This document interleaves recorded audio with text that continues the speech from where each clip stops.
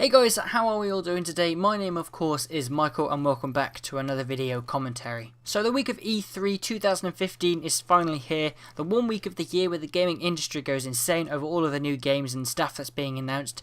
Gaming publishers compete to be best in show and grab that best game of E3 title, and YouTube subboxes get flooded with multiple versions of the same video made by all of the news outlets. So as every year, the press event comes up first, and they start tomorrow, which is Monday the 15th of June. The first event is by Bethesda, and of course they're going to be talking about Fallout 4, which is going to be incredible. I haven't played a Fallout game before, so I'm interested to see what Fallout 4 is going to be like.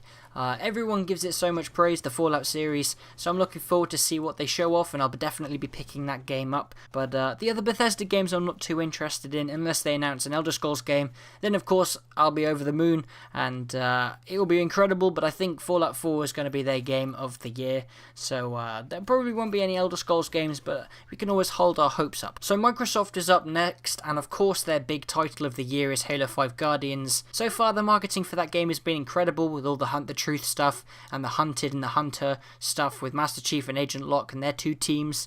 So I'm really looking forward to see what their one storyline mission is going to be. I'm pretty sure it's the second mission that we've already heard bits about, but it's going to be really cool to see what the graphics look like, to see how the game plays and see if there's any new enemy bosses and classes to fight against. Hopefully they're going to be showing off some more multiplayer stuff over the week, because of course they've done a lot of editing to the multiplayer since the beta, and I'm really interested to see the changes they have made and all that kind of fun stuff. Maybe show off some more multiplayer maps, more game modes, which would be really cool to see. Of course, I'm a big fan of the Halo multiplayer. It's the game that I go to. Halo is the game I go to the most for my multiplayer competitiveness. The next sort of timed exclusive the game they've got is Rise of the Tomb Raider, which is a sequel to the Tomb Raider reboot from 2012. I loved that game to pieces. It's up there as one of the best on the 360, I think, in my opinion. So the sequel is just going to be even better. The name sort of implies that tomb raiding is going to be a big part of the story, which I really hope so, because of course tomb raiding was sort of a side part of the original reboot game, and I'm looking forward to see if it is actually moulded into the story in any way, because of course tomb raiding is all about raiding tombs, and Lara Croft is actually a tomb raider, not just a crying, screaming survivalist, I suppose you could say, which is what she came across as the first game. I really like the story for the first game and the character development and all that. So I think the next event is then Ubisoft, which of course has Assassin's Creed Syndicate. Of course I'm a big fan of Assassin's Creed. I have been since Assassin's Creed 2. Assassin's Creed Unity was a bit of a letdown as a game. There was lots of things wrong with it, and there were a few things okay with it. It was overall a bad game, I think, in my opinion. So hopefully AC Syndicate can fix all of those wrongs. It is set in Victoria, London, which is a little bit disappointing because I'm not the biggest fan of Victorian London or British history,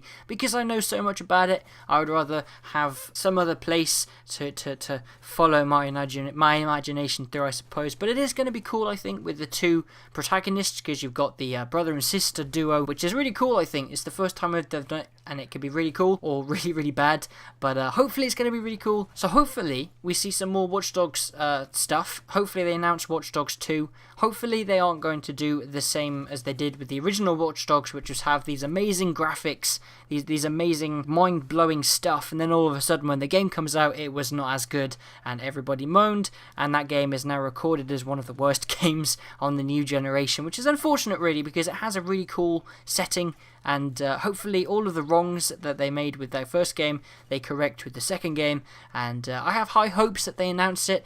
Possibly not, because the game only did come out last year, but it would make sense to announce it now and release it next year, because then there's like a 2-year gap between each game. But either way, my fingers are crossed for a new Watch Dogs. So the next event is EA, and of course I'm not really a big fan of EA games. All they're really going to be showing off is a lot of sports stuff. The only EA game that I'm really looking forward to is Battlefront, which is the Star Wars game. It is made by DICE, so I'm a little scared that it's going to have a similar feel to it as Battlefield.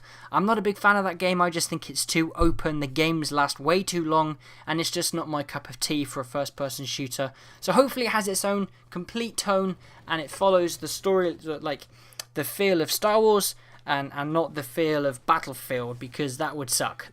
But so far we've seen no gameplay for it, so I'm really anxious to see what the gameplay actually looks like. I'm super excited as well. It's a mixed bag of emotions, I suppose. So of course I'm a big Rockstar fan, and if you've been following me for a while, you will know that I love Red Dead Redemption. So that game is my all-time favourite game, and I really hope that they have some kind of sequel announcement. I know the Take-Two Interactive CEO said that Red Dead Redemption is now a recurring franchise, so fingers crossed in one of the events, either Microsoft's or Sony, I don't care, just please announce another Red Dead sequel, because we're all waiting. It's been over 5 years now, and we need another Red Dead game in our lives. Please, Rockstar, that would be amazing. So that's it for basically the first day of E3, the press events, and all the stuff that I'm interested in and hoping to see. If you've enjoyed the video, guys, don't forget to leave a thumbs up and subscribe if you're new. And as always, guys, I'll see you around.